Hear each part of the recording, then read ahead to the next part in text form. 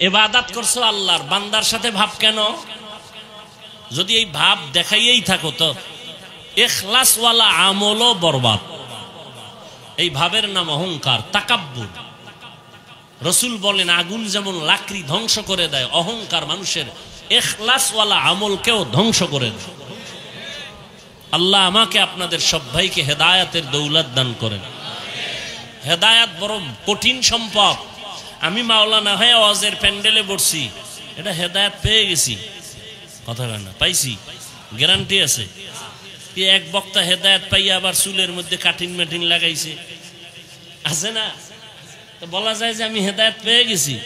ওরে রাসূল যার কোনো তুলনা, সেও বারবার দোয়া করেন আল্লাহুম্মা ইহদিনাস সিরাতাল মুস্তাকিম, ও আল্লাহ জান্নাতে যাওয়ার সঠিক পথের হেদায়েত আমাকে দান করেন।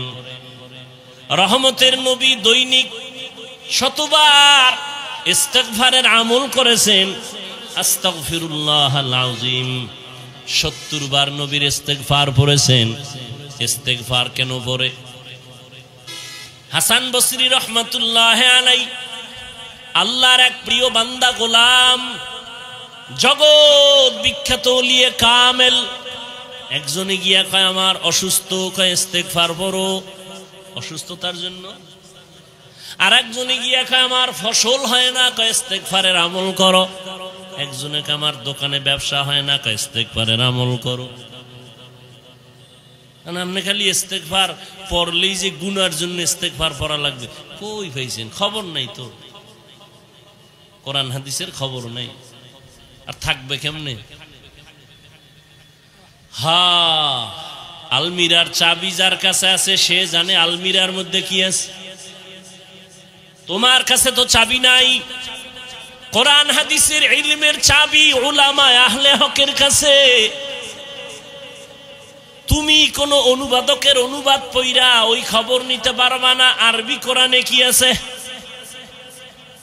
হাদিসের ব্যাখ্যা গ্রন্থ আরবি কিতাবের মধ্যে কি আছে। যারা উলামায়ে আহলে হক, যারা মুহাদ্দিস, যারা মুফাসসির ভালো করে জানেন। তুমি শুধু কারো লেখা অনুবাদ বাংলা পড়ো, ইংলিশ পড়ো, এগুলো ভিতরের খবর সব তুমি জানতে পারবা না। তুমি বাংলা কোরআনের তরজমা একজনে লিখে দিছে, এখন তুমি পড়ছো ওয়ালা দলিন, আছে না? অর্থ কি? দলিন মানে গোমরাহ, পথভ্রষ্ট, ঠিক না? ও আল্লাহ, তুমি যাদের পথভ্রষ্ট করেছো ওদের পথ থেকে তুমি তোমার কাছে পানাহ চাই। দলিন, দলান অর্থ কি? গোমরাহ। বুঝেননি? বুঝেননি? খুব বুঝেন। ওয়ালা দলিন, গোমরাহ, পথভ্রষ্ট। এই শব্দ আরো কয়েক জায়গায় আছে না নাই? ওয়াদ্দুহা ওয়াল্লাইলি ইযা সাজা মা ওয়াদ্দাকা রাব্বুকা ওয়া মা ক্বালা ওয়ালাল আখিরাতু খায়রুল লাকা মিনাল উলা ওয়ালা সাওফা ইউতিকা রাব্বুকা ফাতারদা আলাম ইয়াজিদকা ইয়াতীমান ফাআওয়া ওয়া ওয়াজাদাকা।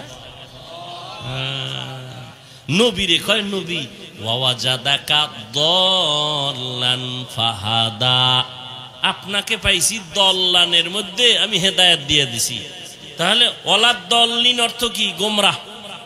এখানেও হইছে দল্লান, একই শব্দ। তুমি বলবা নবী গোমরাহ, তোমার ঈমান থাকবে? একই শব্দ। এখানে তুমি কি তরজমা করবা? কয়টা যার কাছে আলমিরার চাবি আছে সে এর ব্যাখ্যা ভালো বুঝবে, উলামায়ে আহলে হক।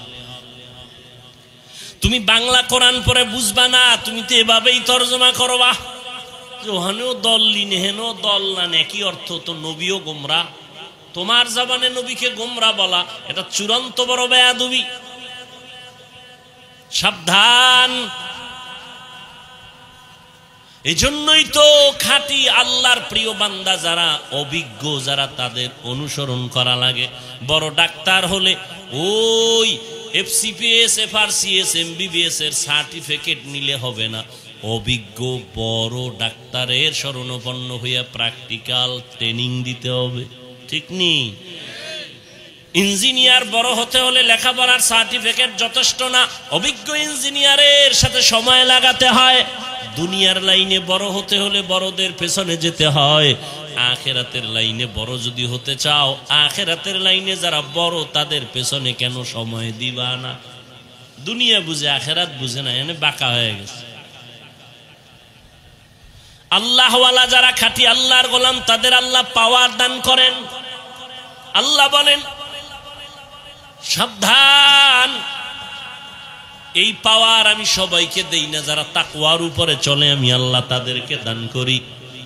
কোথা থেকে কোথায় গেলাম জানি না, তবে এই কথাগুলো এই ময়দানে বোধহয় ওই রোগ আছে, রোগের ঔষধ হিসেবে আল্লাহ বের করতেছেন। কারণ মুখস্থ করে বয়ান করা যায় না, আবার দেখাও যায় না, আল্লাহ যা বের করবেন তাই বয়ান হবে।